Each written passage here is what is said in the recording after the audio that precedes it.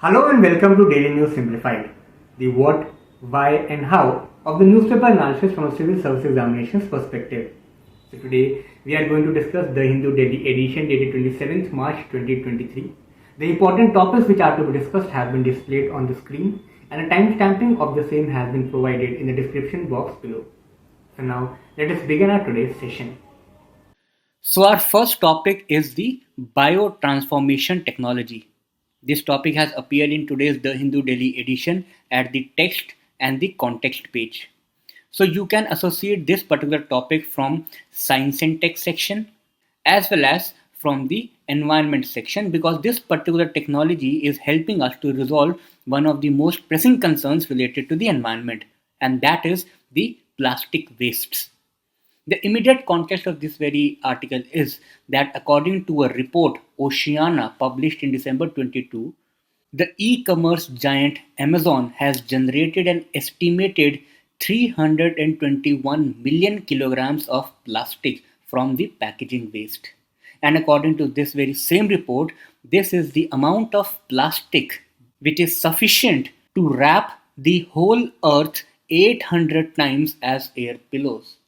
So you can just imagine the amount of the plastic waste which is generated by just single e-commerce giant Amazon. So in this very relation, to cope up with this disaster, there is a technology known as biotransformation technology. As you already are aware that in prelims as well as in mains, the questions related to waste management are very important. So there are various technological methods which we regularly take up in DNS related to manage various types of waste, for example, plastic waste, solid waste, etc. So in today's session also we are taking up this one form of technology. This topic is mainly relevant from the prelims perspective. However, the theme of overall plastic waste management is important for the mains perspective. But today we are dealing with this one aspect of technology because we know that in few days we are going to write this year prelims examination. So this is a bit complicated technology, but I assure you that I will make it as simple as it is possible for you people to understand. This is basically a schematic to explain this particular technology. We will come to this schematic when we will be revising this technology. But first understand in the layman language that what exactly do we mean by biotransformation technology. This technology basically transforms a polymer, for example a plastic polythene, into a substrate, and this substrate is then accessible for the microbes. Now what is polymer, what is substrate? I will try to break it down in simple language. Let us assume that this is my plastic bottle which I use for daily purpose, let's say to store the water or to store the soft drink. Okay. Now how does this technology works?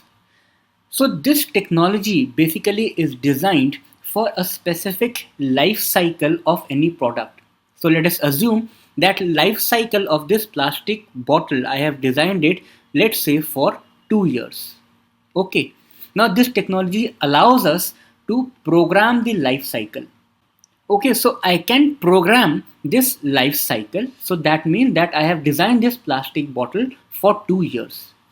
So during this entire life cycle, that up to 2 years of period, the physical properties of this plastic bottle will remain intact.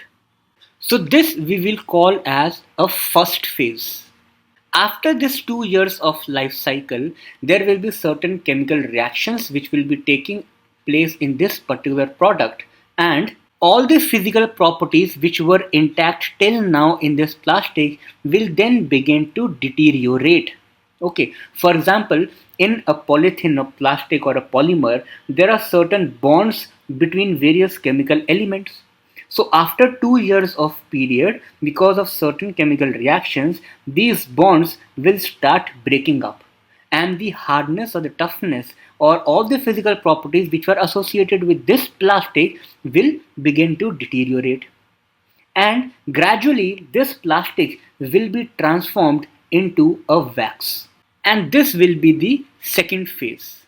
After this second phase, This wax will be acted upon by organic matter, for example, fungi as well as bacteria. So this bacteria and fungi will act on this wax, and then this wax will be biodegraded, leading to the generation of end product like carbon dioxide, water, as well as. So that is how this whole process works on. And eventually, after the life cycle, this complete plastic bottle will be biodegraded or biodecomposed. I hope that you understand this technology in this simple layman language. Now let us look at this particular schematics. So, first is, so during the phase 1, as we have discussed, this vertical axis denotes the physical integrity of the product. And up to the product service life, that is the life cycle for which this product is designed, that is up to this phase, the physical integrity is intact up to 100%. There is no deterioration. For example, this was the plastic product. The physical integrity is constant for the entire life cycle of this product. There is no deterioration. That is why it is said that in stage 1, during the service life of the packaging, it retains all its functionalities and the technology is dormant. So technology has not still activated. During phase 2, the technology gets activated, and you can see then there is a sharp deterioration in the physical integrity of the product.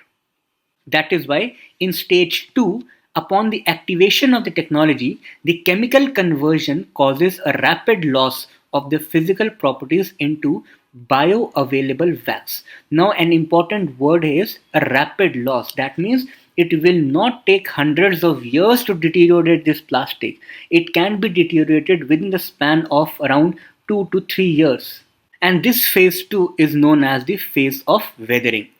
Then comes the phase 3 starting from this particular point. And here you can see the application of bacteria and fungi on this particular product, leading to formation of carbon dioxide, water, as well as biomass. So this is the third stage. The bioavailable wax is biologically transformed by naturally occurring bacteria and fungi in the natural environment. So this is how this complete schematic or the complete process of biotransformation technology works. So as far as the prelims examination is concerned, when it comes to the science and technology section, the questions which are generally asked from this portion are of two dimensions.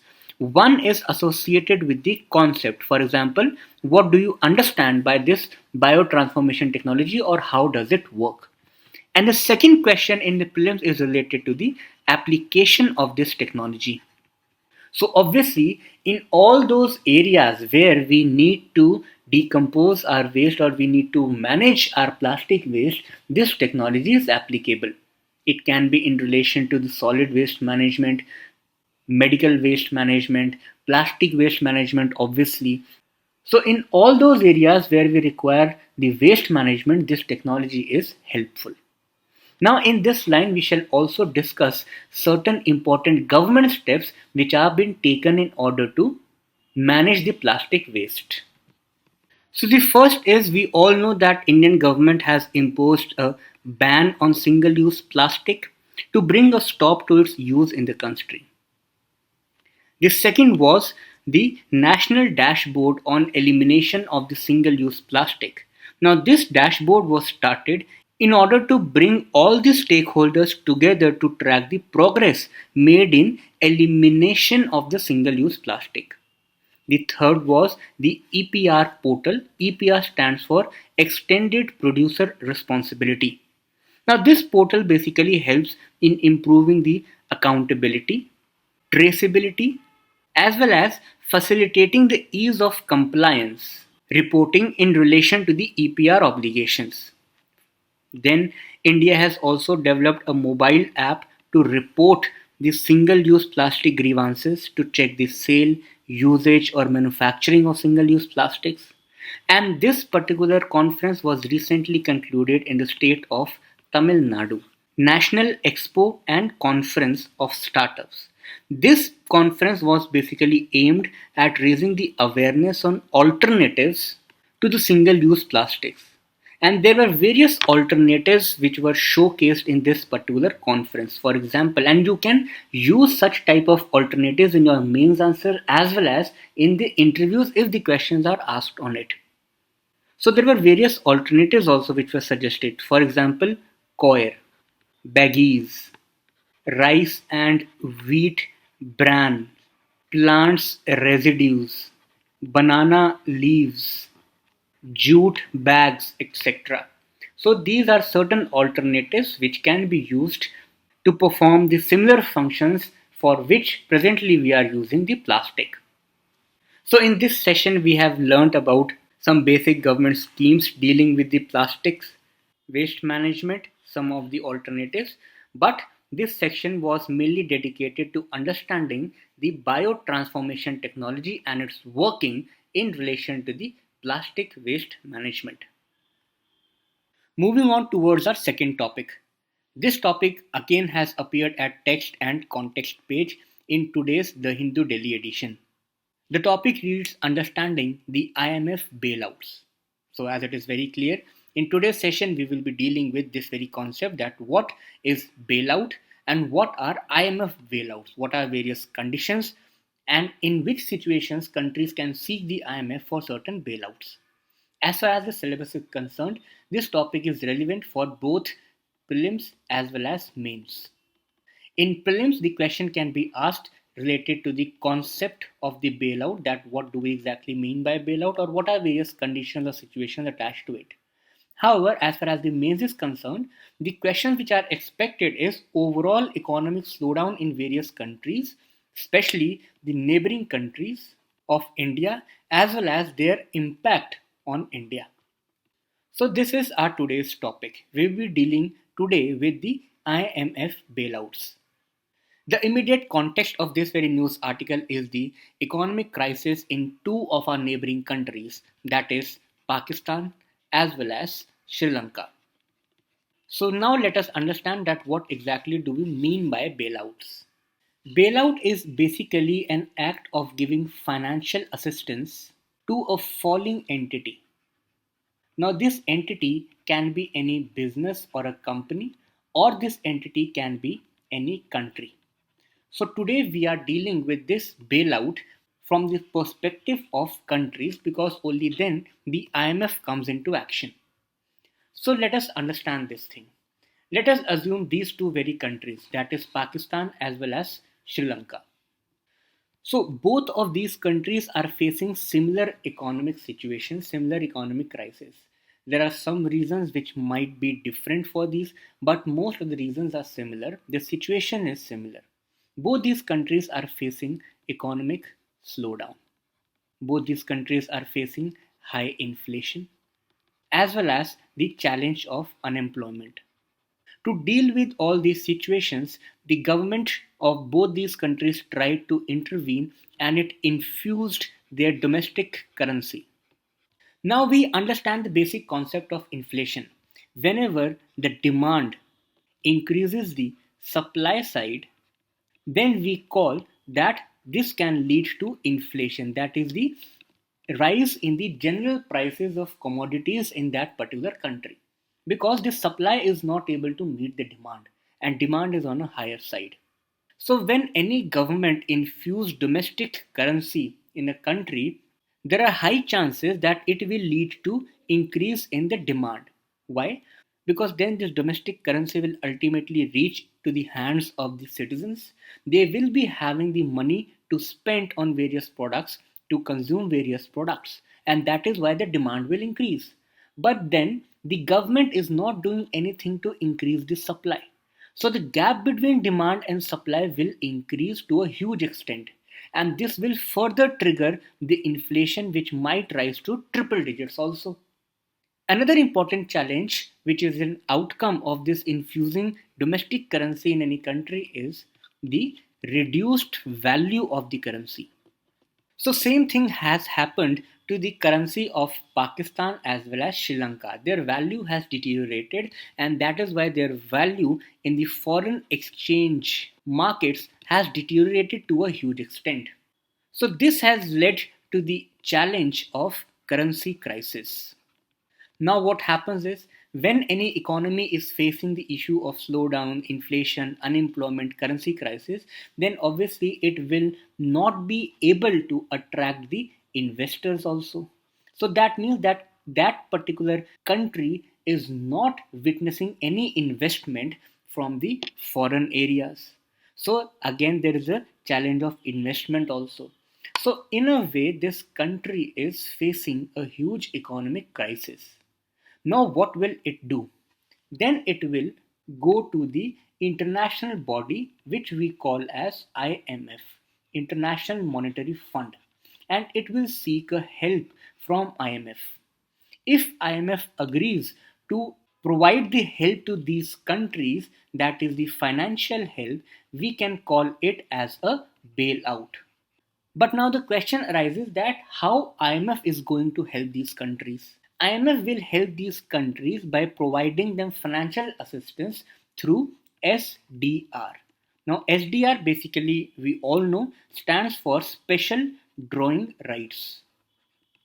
These special drawing rights are basically a form of international money, which is basically composed out of the five hard currencies, that is US dollar, UK pound, euro, Chinese yuan, as well as Japanese yen.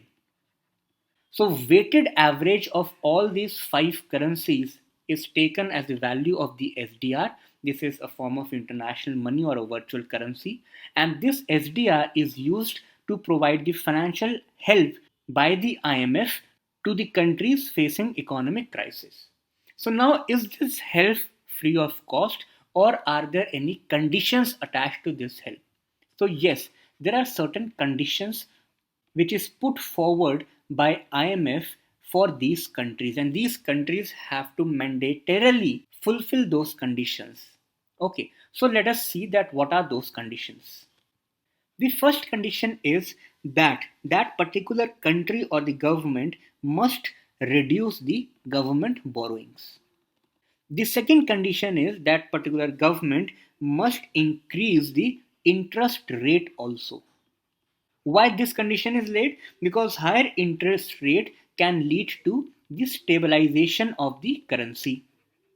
The third condition is that particular government must allow the companies within their domestic territories which are failing to go bankrupt. And the fourth condition is the structural reforms, which means that the countries which are seeking the IMF bailout must take steps in order to promote privatization, deregulation, reducing corruption, as well as red tapeism. So these are certain conditions which are laid down by IMF for those countries who seek their financial help in the form of bailouts. You might remember that this was the similar situation which India faced during 1991 crisis, and that is why we went for the reforms, that is LPG reforms. Similarly, other countries, especially Southeast Asian countries like Indonesia as well as Malaysia, have also faced this situation, which means that this IMF bailout is not new, and Pakistan and Sri Lanka are not the first countries which are facing this situation. So, yeah, this is all about the IMF bailout, the conditions and situations in which the countries can seek this thing. So, let us revise this thing in brief once again.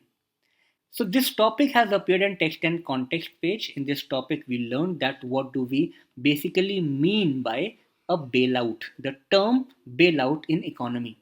Then we saw that how the countries like Pakistan and Sri Lanka has entered into the economic slowdown, and they are caught in the vicious cycle of higher inflation, unemployment, devaluation of their currency, as well as investment challenges, and therefore they have sought the help from the IMF, which will provide them the financial assistance with the help of special drawing rights, which is a form of international money comprised of US dollar, UK pound, euro, Japanese yen, as well as Chinese yuan. However, there are certain conditions attached to it in terms of reducing the government borrowings, increasing the interest rates, allowing the failing firms to go bankrupt, as well as the structural reforms like privatization, deregulation, etc. Now, in this topic from the prelims perspective, you can also do one more thing, that is the key facts related to the IMF. Because that is basically a factual topic, so I request you to download the PDF or the Word file from the link given in the description box. There is nothing to discuss in it, so that is why you are requested to read the key facts about the IMF as a body on your own. Now we'll move towards our next topic.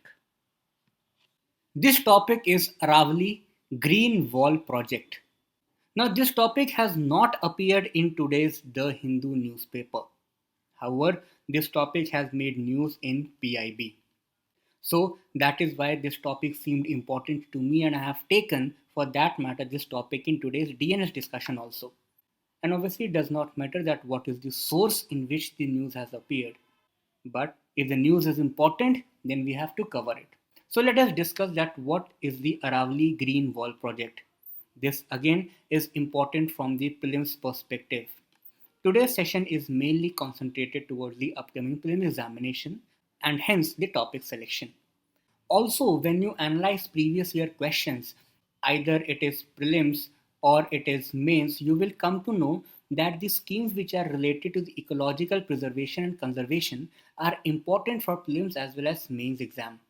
For example, in 2019 mains, the question was asked in relation to the ecological restoration and conservation of the mountain ecosystem. So this also gives us a hint that this particular scheme is important for this year's examination.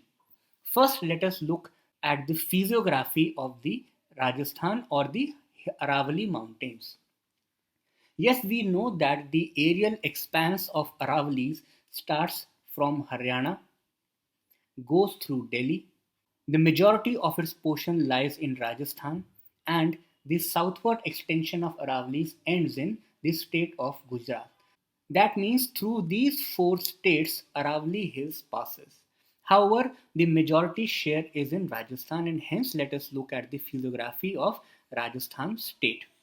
So these are various divisions on the basis of physiography within the Rajasthan, and this is basically the Aravalli hill range.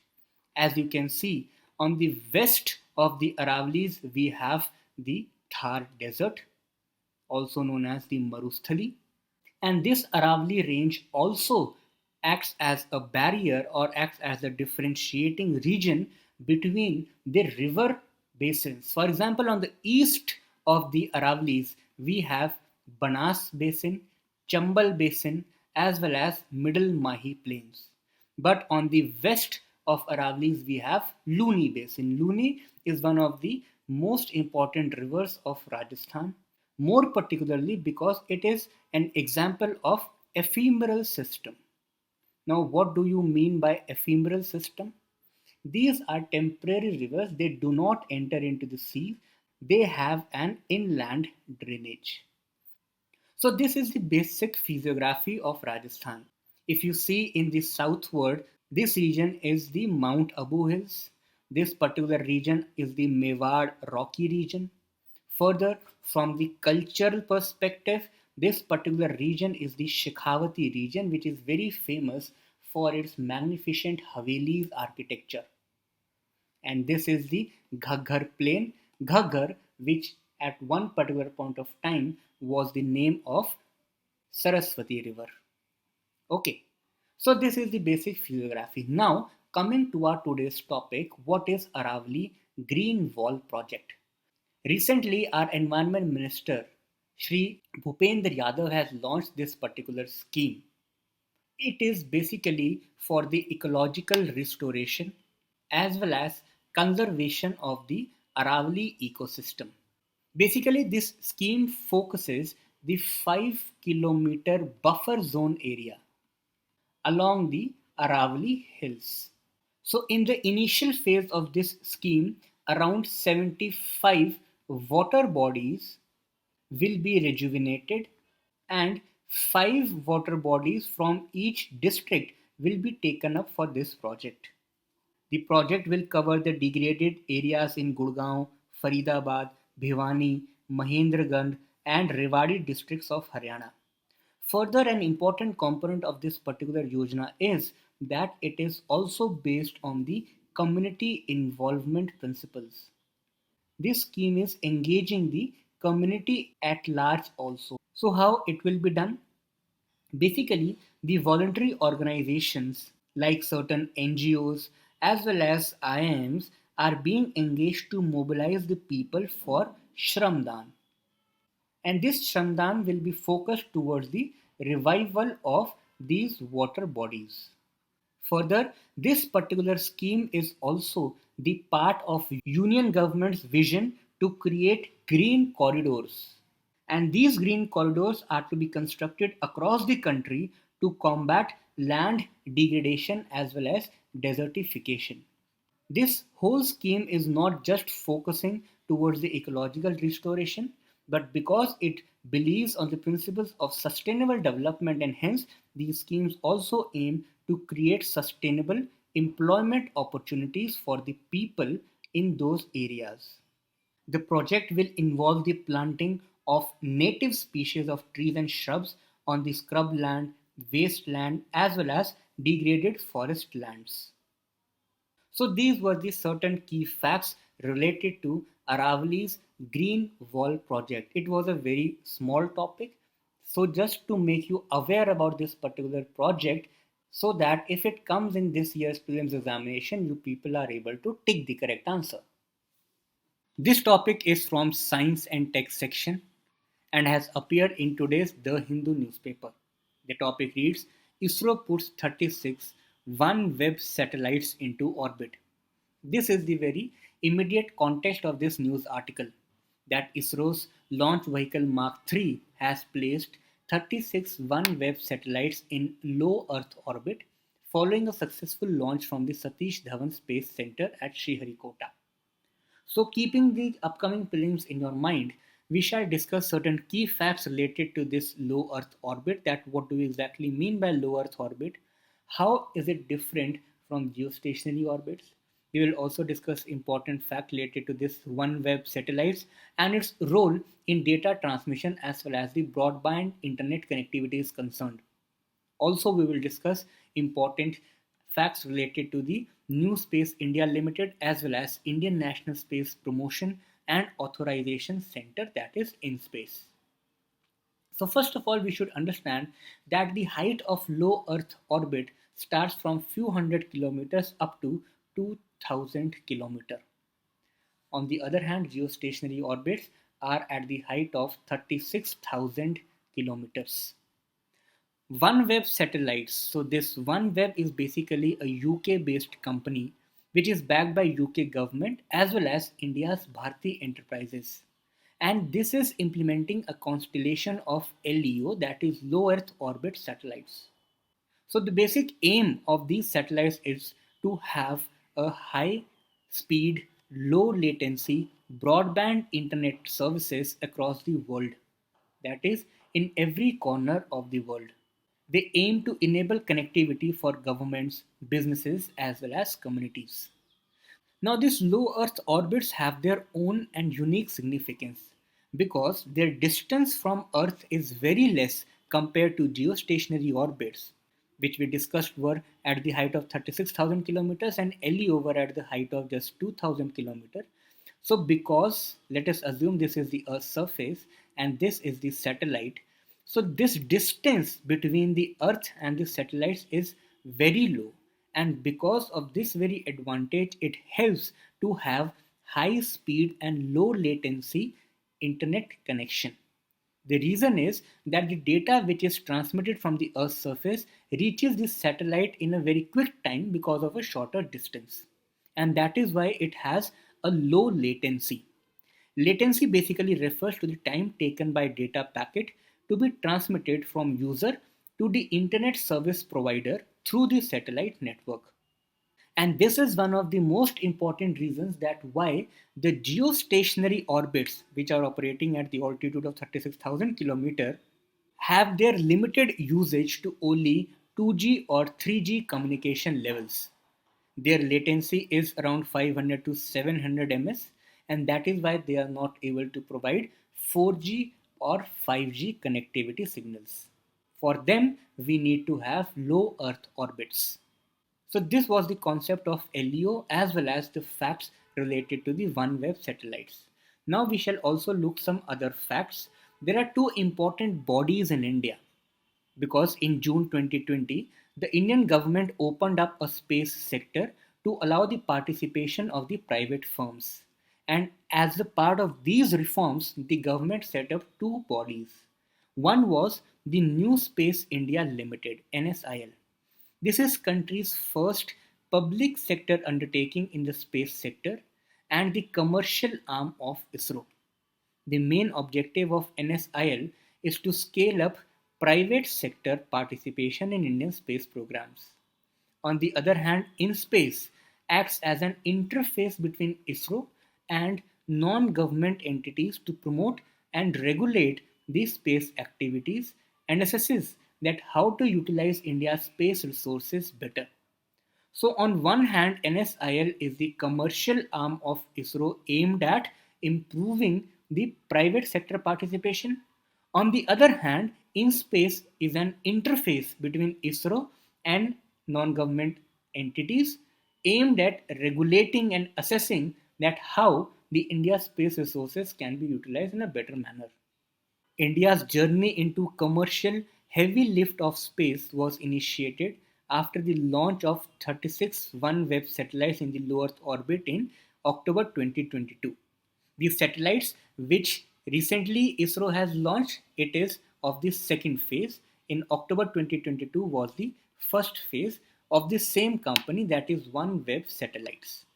So these were certain key facts related to this thing. So now moving towards our last topic. This topic is again from Science and Tech section. So today we can celebrate DNS Science Day also. So the context of this very news article is that recently the 4 astronauts who were selected for India's first human spaceflight program Gaganyan have successfully completed the first semester of crew training. So this context is not very important. However, in this relation, we should revise certain key facts related to the Gaganyan mission. So basically, as we all know that this Gaganyan program envisages the undertaking the demonstration of human space flight to low Earth orbits in the short term. They will go up to the height of 400 kilometers. It will lay the foundation for sustained Indian human space exploration program in the long run. And the likely benefits of the Gaganyan mission is particularly in the space and science field for our country. For example, it is a step which progresses towards a sustained and affordable human and robotic program to explore the solar system. Further, advanced human space exploration, sample return missions, and scientific exploration are the key objectives of this mission. Future capability to actively collaborate in global space stations development, carrying out scientific experiments of interest, and to create a broad framework for wider academia industry partnership are also the likely benefits of this mission. Last but not the least, it also has an ample scope for employment generation and human resource development in advanced sciences and R&D activities. So the basic learning from this article we can conclude it that Gaganyan mission is India's own mission, obviously with collaboration with other countries also. But yes, it is our own mission which aims at Indian human space exploration program. So that was all for today. All the very best and study hard.